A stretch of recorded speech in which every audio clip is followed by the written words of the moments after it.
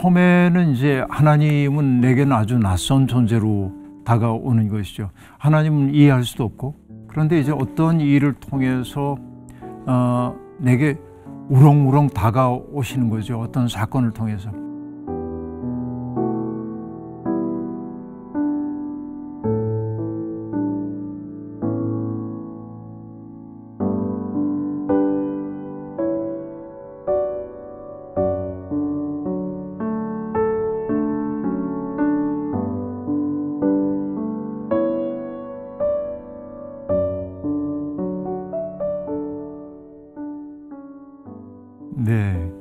많은 사람들이 하나님을 믿으면은 내 인생에 불행한 일이 생기면 안 되고, 또 우리 가족에게도 불행한 일이 생기면 안 된다고 생각을 합니다. 그래서 어떤 어려움이 우리에게 찾아올 때마다 우리가 하나님께 질문을 하죠. 하나님, 제게 이러시면 안 되잖아요. 제게 왜 이러세요? 라고 묻는 경우가 제법 많이 있습니다. 그런데 그런 사고가 갖고 있는 어떤 안타까움, 안쓰러움, 이런 것들이 분명히 느껴져요.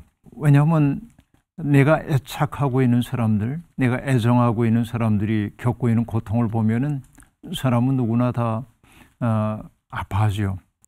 그리고 할 수만 있다고 한다면 그의 고통을 덜어주고 싶고, 또 더 할 수 있다고 한다면은 그 고통을 내가 짊어질 수 있으면 참 좋겠다 하는 생각까지 하기도 합니다. 근데 그 사랑의 범주는 언제나 나와 아주 가까운 사람에게로 한정되어 있는 것이죠. 근데 믿음으로 산다고 하는 것은 나의 삶의 문제에 골똘하면은 어떤 대답도 얻기가 어렵습니다. 조금 눈을 돌려서 세상을 바라보면은 나만 겪고 있는 고통처럼 보이지만은 인류가 보편적으로 겪고 있는 아픔들이 얼마나 많이 있는지 모릅니다. 이 세상에 태어나고 성장하다가 병들고 죽고 하는, 소위 얘기하는 생로병사의 경험이라고 하는 것은 인간 모두가 겪고 있는 보편적 경험이고, 어떤 삶은 조금 빨리 이 세상에서 삶이 중단되고, 어떤 삶은 조금 더 길게 이어지지만, 영원이라고 하는 시간의 관점에서 보자고 한다면은 그 모든 것들이 찰나에 지나지 않을지 모릅니다. 그러니까 하나님 이야기를 하기에 앞서서 우리의 삶의 기본적 조건을 먼저 생각해 볼 필요가 있다는 생각이 듭니다. 인간은 일단 몸을 가진 존재이죠. 모든 생명 있는 것들은 다 몸을 가지고 있습니다. 그런데 몸을 가지고 있지만은 인간이 여타의 동물이나 다른 그 피조 세계와 다른 것은 자기를 스스로 성찰하는 내적 능력을 가지고 있다고 하는 것이 인간의 차이라면 차이이겠습니다. 자기를 돌아보고 성찰하고 하는 자의식이 있기 때문에 자기의 몸의 조건에 대해서 만족하지 못할 때도 아주 많이 있는 것이 사실입니다. 짐승들은 자기에게 주어져 있는 몸적인 삶을 그저 살아갈 겁니다. 근데 사람은 그러지 못하죠. 그리고 그 몸이 빚어내고 있는 다양한 욕망에 시달리며 사는 것이 사실입니다. 기독교 전통에서 아주 위대한 영성가였던 존 카시안이라는 분이 계신데요. 카시아누스 이렇게 말하기도 합니다만은, 그 카시아누스라고 하는 분이 인간의 악덕에 대한 이야기를 합니다. 그 기본적인 조건이 뭐냐? 인간이 몸을 가진 존재라고 하는 겁니다. 그러니까 몸의 욕구가 인간을 괴롭혀요. 그 첫 번째는 뭘까요? 탐식, 뭔가를 먹어야 하죠. 맛있는 거 먹고 싶은 탐식의 욕구가 있습니다. 두 번째 욕구는 뭐냐면 탐색, 성적인 욕구라고 말할 수 있습니다. 그 세 번째 욕구가 탐물, 물건에 대한 욕심이라고 이야기를 합니다. 이게 기본적인 인간의 조건인 것이죠. 이게 없는 사람은 전혀 없다고 말할 수 있겠습니다.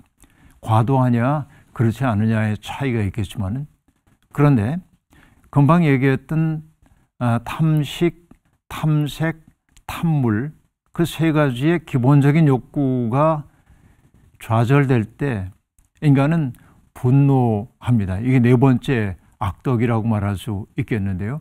분노해요. 내가 이렇게 누리고 싶은 것을 누리지 못하는 것은 누구누구 때문일 거야 라고 생각하는 거죠. 그러니까 화를 내기 시작합니다. 자기 속에서 원인을 찾기보다는 타자에게 원인을 찾는 경우가 제법 많이 있습니다. 이게 네 번째 악덕인데요. 그런데 그 앞에서 얘기했던 그 세 가지의 욕구가 내게 충족되지 않고 좌절될 때, 그 마음이, 분노가 나를 향하게 될 때 인간은 두 가지의 악덕을 드러낸다고 그렇게 이야기를 하고 있습니다. 하나는 뭐냐? 낙담하는 겁니다. 이게 할 수 없지 뭐. 이게 내 삶이지. 이게 내 팔자인가 봐. 그렇죠? 그 낙담하고 있는 그 마음은 창조적인 관계를 불가능하게 만듭니다. 누군가의 우정이라든지 누군가의 충고 이런 것들을 받아들일 생각이 없는 영혼의 우울 같은 것들이 낙담이라고 얘기할 수 있겠습니다. 그 다음에 또 나타나는 것이 뭐냐면 나태함입니다. 그쵸? 아무리 노력해도 안 되는 거 뭐 어떡하겠어 라고 말하면서 나태함에 빠지는 것, 이게 욕구가 좌절되었을 때, 분노가 자기를 향할 때 나타나는 두 가지 악덕입니다. 그런데 내가 원하는 것들이 다 순조롭게 이루어지게 될 때, 아까 얘기했던 탐식, 탐색, 탐물이라고 하는 것이 내가 원하는 만큼 성취되었을 때, 그때도 악덕에 빠지기 쉽습니다. 그것이 뭐냐? 첫째는 자만심입니다. 내가 이럴 자격이 있지, 내가 능력이 있으니까 내가 이걸 누릴 만한 자격이 있는 거지. 이게 이제 자만심이죠. 그리고 또 다른 악덕은 뭐냐면은 교만에 빠지는 것입니다. 자기와 남을 비교해 가면서 자기가 우월한 존재라고 하는 것을 사람들 앞에 드러내 보여주고 싶어 하는 것, 이것이 이제 오만함 혹은 교만함이라고 말할 수 있겠습니다. 그러니까 이 모든 인간의 악덕, 카시안이 얘기하고 있는 그 8개의 악덕이라고 하는 것은 다 인간이 몸을 가지고 있다는 데서부터 비롯됩니다. 그러니까 몸을 어떻게 다루느냐 하는 것이 무엇보다도 중요하다고 말할 수 있겠는데, 그래서 기독교 전통은 탐식이라고 하는 거, 그것을 뭘 가지고 다스려야 한다고 말하냐면, 그것은 그릇된 의지이기 때문에 순명을 통해서 악덕을 미덕으로 바꿔야 된다고 얘기합니다. 내 의지를 자꾸만 하나님의 말씀 앞에 순종시키는 경험인 것이죠. 내 뜻대로 마옵시고 라고 말하면서 그분의 뜻이 나를 통해 이루어지기를 바라게 될 때 인간은 비로소 왜곡된 의지의 지배를 받지 않게 된다라고 하는 거고, 탐색에 대한 악덕을 이제 미덕으로 바꾸기 위해서는 거기에서는 정결한 삶이죠. 나를 깨끗하게 닦아내는 정결한 삶. 그러니까 하나님이 받으실 만한 존재로 나를 깨끗하게 닦아내기 위한 끝없는 노력을 해가는 것이 탐색의 유혹으로부터 나를 지키는 일이라고 말할 수 있습니다. 그 다음에 탐물, 끝없는 욕망, 이것을 이겨내기 위한 것은 뭐냐? 가난이라고 얘기를 합니다. 모든 사람들이 부유하기를 원하지만은 그 부유함이 어떻게 보면은 우상 숭배가 되고 있는 시대라고 말할 수 있겠는데, 그러니까 기독교 전통은 이 세 가지가 우리의 영혼을 자유롭게 만들 거라고 얘기해서 뭐 가난, 정결함, 순명 이런 것들을 끝없이 강조하고 있는 까닭이 거기에 있다고 말할 수 있겠습니다. 그러나 우리의 의지라고 하는 게 많이 왜곡되어 있는 것이 사실입니다. 그리고 그 때문에 우리는 살면서 수없이 많은 불행한 일들을 겪기도 합니다. 내 인생에 불행한 일이 다가오지 않기를 바라기 때문에 사람들은 나보다 힘 있는 어떤 존재의 힘을 빌고 싶은 생각이 듭니다. 그래서 기독교가 아닌 다른 종교들이 많은 신들이 있죠. 신이 있다고 사람들이 그렇게 믿었습니다. 고대 세계에. 그래서 사람들은 신과 인간의 차이를 어디에서 보냐면, 신은 불사의 존재이죠. 인간은 소멸할 수밖에 없는 존재, 유한한 존재입니다. 신들은 죽지 않는 존재입니다. 그들 사이에 갈등도 있지만은, 그리고 우리가 그리스 로마 신화나 이런 데를 보면은 신들은 윤리적 조체가 아닙니다. 아주 부도덕할 때도 있고 폭력적일 때도 있고 그럽니다.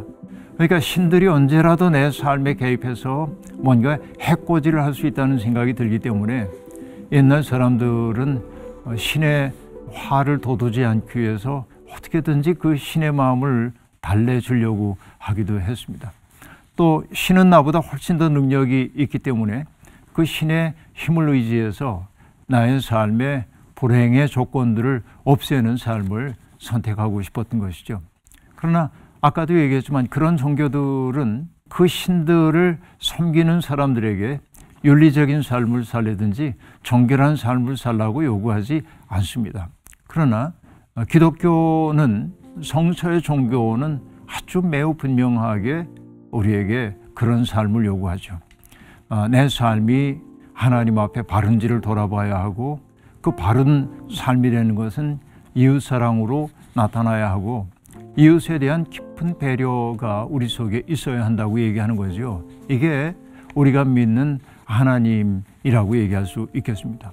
근데 우리들이 하나님을 믿는다고 얘기하면서도 많은 사람들의 내적 동기 속에는 다른 종교들이, 고대 세계의 종교들이 그랬던 것처럼 하나님에게 내게 화를 내지 말아달라고 얘기한다든지, 하나님이 내게 마치 빚을 진 것처럼 내게 마땅히 잘해 주셔야 한다고 생각하는 경우가 제법 많이 있습니다.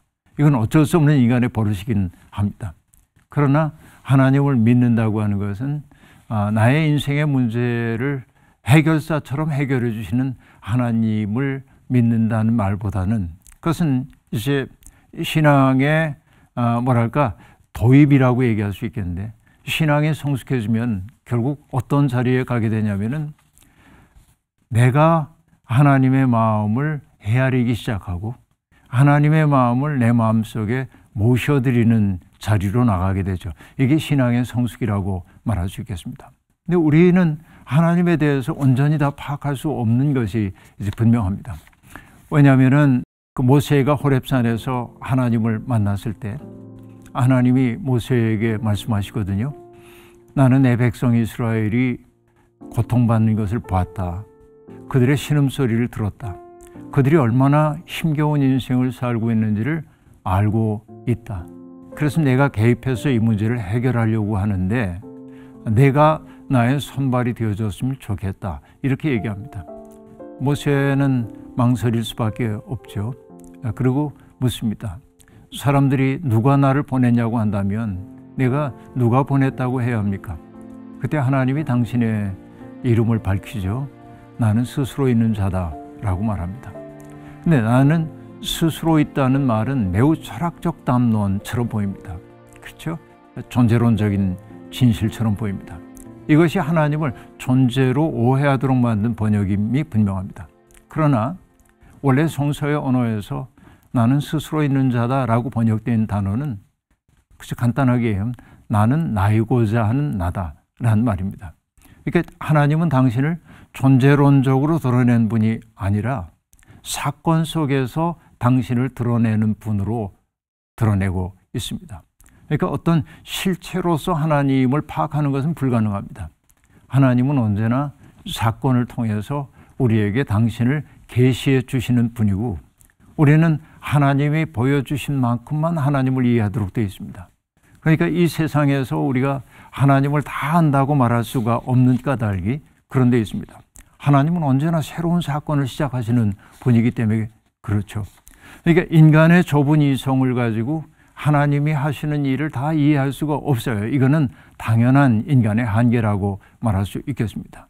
그러니까 그 질문하신 분이 겪었던 그 고통은 정말 얼마나 고통스러웠을까 하는 걸 이해하지만은 하나님이 왜 내게 무정하신가라는 질문에 대한 답은 우리가 찾기가 어렵고, 우리가 알 수 없음을 남겨두는 것도 신앙의 일부인데, 그런 사건들은 오히려 우리에게 어떻게 살 것인지에 대한 질문을 던지고 있다고 생각할 수 있겠습니다.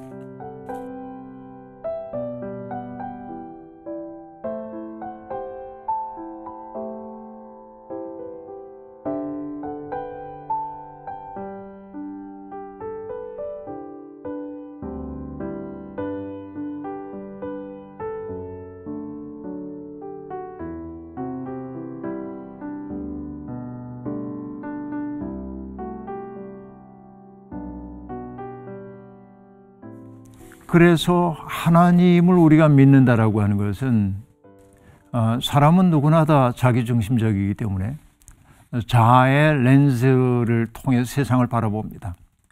저마다 자기가 세상의 중심이라고 하는 얘기입니다. 그렇죠. 모든 인간은 우주의 중심입니다. 왜? 내가 여기에 있기 때문에 나를 중심에 놓고 바라보죠, 세상은. 이건 모든 인간의 어쩔 수 없는 버릇입니다. 그런 의미에서 인간은 자아의 렌즈를 끼고 세상을 바라볼 수밖에 없다. 이게 인간의 한계다라고 말할 수 있겠습니다. 문제는 뭐냐면 하나님을 믿는다고 하는 것은 자아의 렌즈로 세상을 바라보고 있던 사람이 그 마음이 점점 넓혀져 가면서 타자의 눈으로 나를 바라보기 시작하는 것이고, 더 깊게는 하나님의 눈으로 나와 세상을 바라보기 시작하는 것이 하나님을 믿는 일이라고 그렇게 말할 수 있겠습니다. 인간의 인간됨이라고 하는 건 뭐냐면 내 속에 있는 나와 세상에 살아가는 내 모습이 동일하지 않다는 사실을 알아차리고, 내가 바라는 나의 모습과 실제로 살고 있는 나의 모습이 일치되지 않는다는 그 불화 때문에 인간은 괴로워하고, 그래서 스스로 대화를 나누게 되죠. 인간은 자기와의 대화를 통해서 자기를 형성해가는 존재입니다. 자기와의 대화의 능력이야말로 인간의 인간됨이라고 얘기할 수 있겠고, 자기와 대화하는 그 능력을 우리는 성찰이라고 말하기도 하고, 자기하고 대화하면서 내게 문제가 있다고 느끼는 것을 양심이라고 얘기하기도 하는 것이죠. 그러니까 양심이라고 하는 것은 내 마음속에서 터해 나오는 것이기도 하지만은 사실은 하나님이 우리에게 밝혀주시는 마음이기도 합니다. 자, 그래서 나를 중심에 놓고 생각하고 있던 사람이 하나님과 접촉하는 경험이 늘어날수록 나 좋을 대로 살 수 없게 되고, 그래서 타자를 위한 존재로 살기 시작할 때 나는 조금 더 성숙한 사람이 되기 시작하는 거고, 자아에서 벗어나서 타자의 세계로 나를 열어가고 타자의 세계를 넘어서서 하나님의 마음을 알아차리기 시작할 때 그것이 영적으로 깊어졌다, 그렇게 말할 수 있겠습니다. 근데 하나님은 그 세계로 우리를 어떻게 이끌어 가시냐면요, 고통받고 있는 타자들을 우리에게 보내주셔요. 고통받고 있는 타자를 바라보면서 그 사람을 나와 무관한 사람이라고 생각하며 내가 돌아서는 순간 우리는 하나님의 마음에 이를 수 있는 길을 스스로 차단한 것이라고 얘기할 수 있겠습니다. 임마누엘 레비나스라고 하는 사람도 이야기를 하고 있는데요, 타자의 얼굴, 특별히 고통받는 타자들은 그 얼굴은 우리에게 일종의 물음표로 다가오는 겁니다. 너는 어떤 사람이냐 하는 물음표이죠. 그 타자의 얼굴 앞에서 나의 죄성을 깨닫고 내가 얼마나 많은 것을 누리고 살면서도 그걸 당연한 줄로 알고 살았는지를 깨닫게 될 때 나는 그 타자의 삶에 나를 개방하지 않을 수가 없고, 그 타자의 세계를 통해서 무한하신 하나님과 접속됨을 경험하게 되는 것이죠. 그러니까 어떻게 보면은 고통받는 타자야말로 우리의 삶을 하나님께로 이끌어가는 통로라고도 얘기할 수 있겠습니다. 그러니까 그런 고통을 겪고 있었던 분들에게 제가 드리고 싶은 말씀은, 내게 왜 이런 일이, 이건 답 없는 질문입니다. 그렇기 때문에 내가 이런 고통스러운 경험을 통해서 이 인생의 교훈을 통해 내가 어떤 존재가 되어야 할까를 생각하면서 자신이 겪은 것과 동일한 고통을 겪고 있는 사람들, 혹은 그런 인생의 시련의 시기를 지나고 있는 사람들에게 다가가서 그 고통의 시간에 나는 이렇게 이겨냈노라고 얘기해 주기도 하고, 그의 곁이 되어줘서 그가 벼랑 끝에 내몰린 듯 삶이 위태로울 때 그의 설당이 되어주는 이 마음이야말로 하나님이 가장 기뻐하시는 마음이 아닌가, 그런 생각을 해봅니다.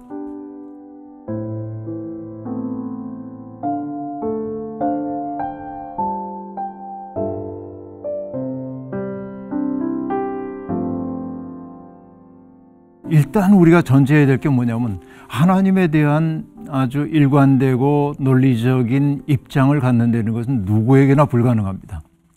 아까도 얘기를 했었는데 하나님은 늘 새로운 상황 속에서 새로운 이들과 더불어 새로운 사건을 일으키시는 분이지 인간이 예측할 수 있는 방식으로만 일하는 분은 아니라 이렇게 얘기할 수 있겠습니다. 이것이 하나님의 무한하고 절대적인 자유라고 말할 수가 있겠죠. 그러니까 우리가 하나님의 마음하고 접속하게 되면 그 안에서 자유로울 수 있는데 언제나 내 마음을 하나님의 마음이라고 하는 큰 그 세계 속에 들어가기보다는 내 작은 마음 속에 하나님이 응답해 주기를 바라기 때문에 인생에 답이 없는 것처럼 느껴질 때가 아주 많이 있습니다. 사실 이제 하나님이 나를 소중한 존재로 대하지 않는 것 같아 라고 느끼는 까닭은 내가 원하는 방식대로 하나님이 움직여주지 않기 때문에 그렇습니다. 이걸 이렇게 정의해 보면 어떨까요?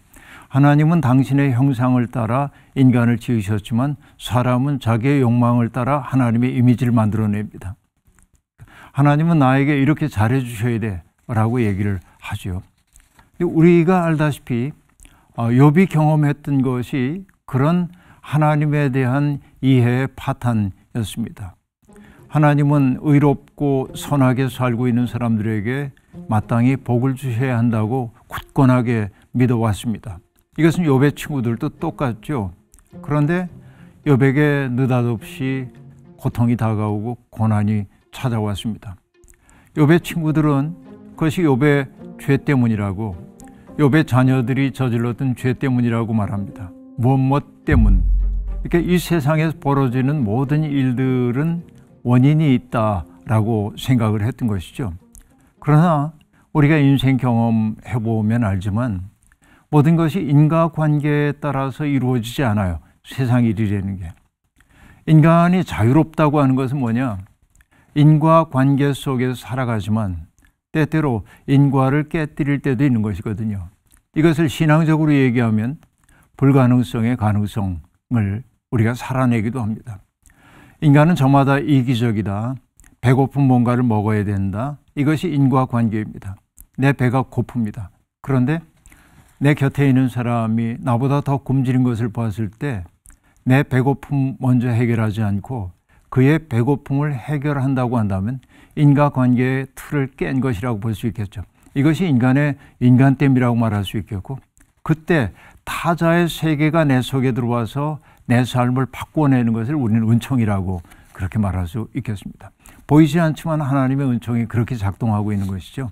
그래서 신앙생활을 한다고 하는 것은 끝없이 내 작은 마음을 하나님의 크신 마음 속에 접촉함을 통해서 이해할 수 없지만 하나님이 나보다 더 잘하시고 나를 사랑하신다는 사실을 받아들이는 것이 믿음이라고 생각해요.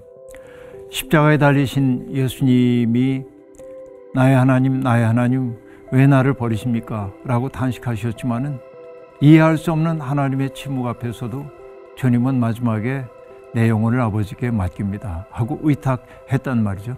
이해할 수 없지만은 신뢰하는 것이에요. 하나님의 부력을 신뢰하며 나를 맡기는 것, 이것이 믿음이라고 볼 수 있습니다. 우리가 물속에 빠져드는 까닭이 뭡니까? 물에서 빠지지 않으려고 몸에 힘을 주고 허우적거리면 더 빠져드는 것처럼 내 인생의 문제를 하나님이 해결해 주지 않는다고 허둥댈 것이 아니라 나보다 나를 더 잘하시는 하나님 신뢰하면서 그분에게 나를 치유해 주십사 하고 맡길 때 온전히 이해할 수는 없으나 다시 살아갈 힘이 우리 속에 부여될 거라고 생각합니다.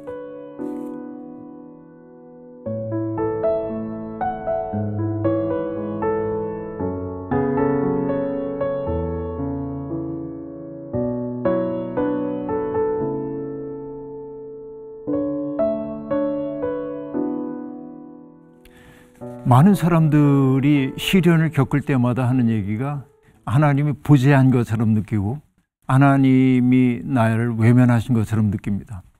근데 그들이 잊고 있는 것이 하나 있어요. 내 인생에 별일이 없을 때 하나님이 나와 함께 하시고 보호하고 계시다는 사실은 깨닫지 못하고 있습니다. 그러니까 언제나 그분이 함께 하시고 있는데 내 인생에 고통이 찾아올 때만 하나님이 부재한 것처럼 느끼는 것이 어쩔 수 없는 인간의 버릇이기도 합니다. 그러나 광야 생활을 했던 이스라엘 사람들이 고백을 하죠. 광야 생활 40년 지나는 동안에 하나님이 언제나 함께 해주셨고 그래서 신발이 헤어지거나 의복이 헤어지는 일도 없었다. 따지고 보면 그 신발이 닳고 의복 헤어지는 일이 왜 없었겠습니까? 그러나 이것은 상징적인 언어이죠. 살아오고 지난 날을 돌이켜 생각해 보니까 하나님이 우리를 붙들고 있었음을 사후적으로 깨닫게 되는 것이죠. 그 고백이 그렇게 터져나왔다고 얘기할 수 있습니다. 그 신명기 32장에 나오는 얘기이기도 합니다마는 하나님이 인간을 사랑하시는 방식은 마치 독수리가 새끼를 부화했던 집들을 허물고 독수리 새끼들이 날아오르게 만들지만은 아직 날개가 충분히 자라지 못한 이 새끼가 바닥을 향해 떨어질 때에는 어미 독수리가 재빨리 날아가가지고 이 새끼들을 날개로 받아내는 것처럼 하나님은 때때로 우리에게 둥지를 부수는 것처럼 그렇게 느껴지기도 하지만 그러나 다음 순간 하나님은 날아와서 우리를 보호하기도 하죠. 그러니까 우리의 인생에 완전히 어려움이 없는 그런 인생을 우리가 바란다고 한다면 그것은 우리가 여전히 어린 아이의 상태 속에 머물고 싶어 하는 것이겠죠. 그러니까 어떤 거친 파도가 나를 휩쓸어 올 때도 있고 그리고 어떤 물결이 나를 휩쓸어 가는 때도 있지만은 그러나 내가 성숙해진다고 하는 것은 그 물결에 휩싸여서도 그 물결을 타고 헤엄칠 수 있는 존재가 되는 것이죠. 하나님은 그런 내적 힘을 우리에게 주시는 분으로 우리에게 다가오신다고 얘기할 수 있겠습니다. 그러니까 내 인생에 아무 문제가 없어야 성서의 말씀이 이루어지는 게 아니고 그런 어려움이 있음에도 불구하고 낙심하지 않고 살아갈 수 있는 내적 힘이 우리에게 제공된다는 것, 이것이 하나님의 은혜의 신비라고 얘기할 수 있겠습니다. 하나만 더 얘기를 하자고 한다면은 정치 철학자인 한나 아렌트라고 하는 분이 전체주의의 기원이라고 하는 책을 썼습니다.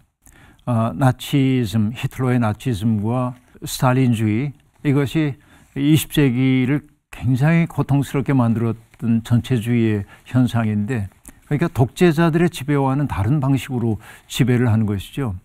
사람들을 억누르기만 하는 게 아니라 인간 자체를 개조하는 것이 전체주의이죠. 그들의 생각에 맞추도록 인간을 만들어가는 것이 전체주의의 무서움이라고 얘기할 수 있습니다. 한나 아렌트는 서구의 근대성이라고 하는 것이 결국은 전체주의로 귀착할 수밖에 없었음을 아주 치밀하게 분석을 해냅니다. 우울합니다. 그런데 마지막에 한나 아렌트가 하는 이야기는 뭐냐면 그런데도 불구하고 우리에게 희망이 있다는 겁니다. 뭔가 새롭게 시작할 수 있는 능력, 우리에게 있다는 것이죠. 그러니까 운명의 질곡 속에서 그대로 끌려 들어가는 것이 인간이 아니라 뭔가 새롭게 시작할 수 있는 내적 능력을 가진 것이 인간의 존엄함이다라고 얘기하면서 그는 어거스틴의 말을 인용하기도 합니다. 모든 인간은 새로운 시작이다, 그렇게 말합니다. 그러니까 우리가 믿음을 갖고 산다고 하는 것은 뭐냐? 우리에게 주어져 있는 인생에 악조건이 있다 할지라도 그 악조건을 원망하지 않고 내 삶의 일부로 받아들여서 그 속에서 새로운 존재로 나를 끌어올리는 것, 이런 것들이 믿음의 삶이라고 말할 수 있겠고요. 고통 없는 인생을 바라지 말고 고통이 내게 찾아와도 그 고통에 휩쓸려가는 사람이 아니라 고통을 뚫고 빛을 만드는 삶으로 살아가는 것, 이런 것이 믿음의 삶이 아닌가 생각해요.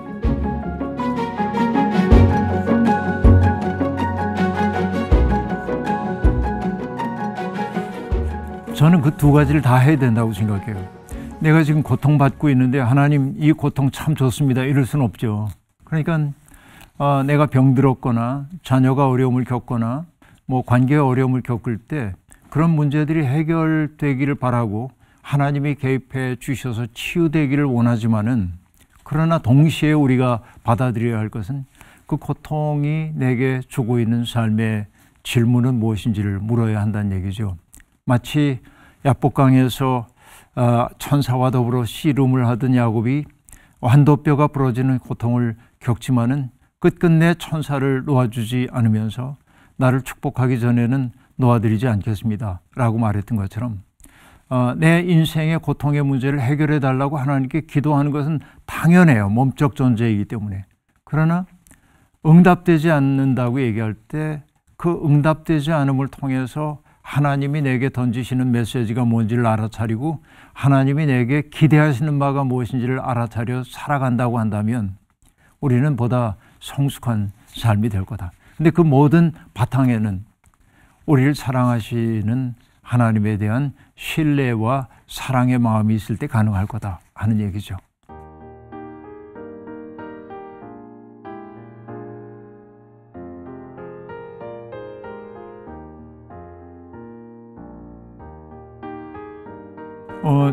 처음에는 이제 하나님은 내게는 아주 낯선 존재로 다가오는 것이죠. 하나님은 이해할 수도 없고, 그런데 이제 어떤 일을 통해서 내게 우렁우렁 다가오시는 거죠. 어떤 사건을 통해서.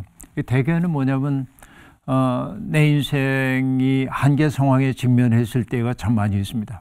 그러니까 하나님을 만나는 사람들이 대개는 자기 인생에 곤고했던 시절, 그러니까 나로서는 어떻게 내 삶을 주체할 수 없을 때, 그때 하나님이 내게 다가오시죠. 그분은 언제나 낯선 존재입니다. 근데 낯선 존재인데 그분 통해서 내 마음이 위로가 되기도 하고 치유가 되기도 하고, 그때 내가 느끼는 하나님은 친밀한 분이죠. 나의 아버지라고 소위 고백하는 아주 친숙한 존재이고 내 인생의 모든 문제를 해결해 주시는 분으로 경험됩니다. 그런데 인생은 꼭 그렇지만은 않죠. 살다 보면 하나님이 낯설어지기도 하고 내가 만들어놨던 하나님의 이미지에 부합하지 않는 현실이 우리를 찾아와서 우리를 괴롭히기도 하고, 그때 하나님의 얼굴이 낯설어지는 경험입니다. 그 낯섦 때문에 사람들은 하나님에게 멀어지기도 합니다. 그런데 믿음의 성숙이라고 하는 것은 그 낯선 하나님의 세계 속에 들어가서 그 속에서 머무는 것입니다. 그때 내가 커졌음을 알게 돼요. 낯섦이라고 하는 것은 우리를 불편하게 만드는 것은 사실이지만은 낯섦은 더 커지라고 하는 부름이기 때문에 낯선 하나님의 모습을 내 삶으로 받아들이게 될 때 나의 세계는 넓어진다고 말할 수 있겠고, 그러면은 그때 나의 삶 속에 다가오고 있는 낯선 현실들의 직면에서 살아갈 수 있는 내적 능력이 우리에게 생기고 하나님에 대한 새로운 이해가 또다시 생겨가는 거죠. 이 과정이 반복되는 것이라고 볼 수 있겠습니다. 지금 저는 이 과정 계속 반복해요. 하나님은 지금 내게 굉장히 친숙한 분으로 다가오기도 하고 다음 순간에는 낯설게도 다가오고, 그러니까 사람마다 어떤 단계에 딱 이르렀다고 얘기할 수가 없어요. 이것은 계속 나선형 계단처럼 움직여가고 있기 때문에 그렇습니다. 그렇지 않은 발전이 없죠.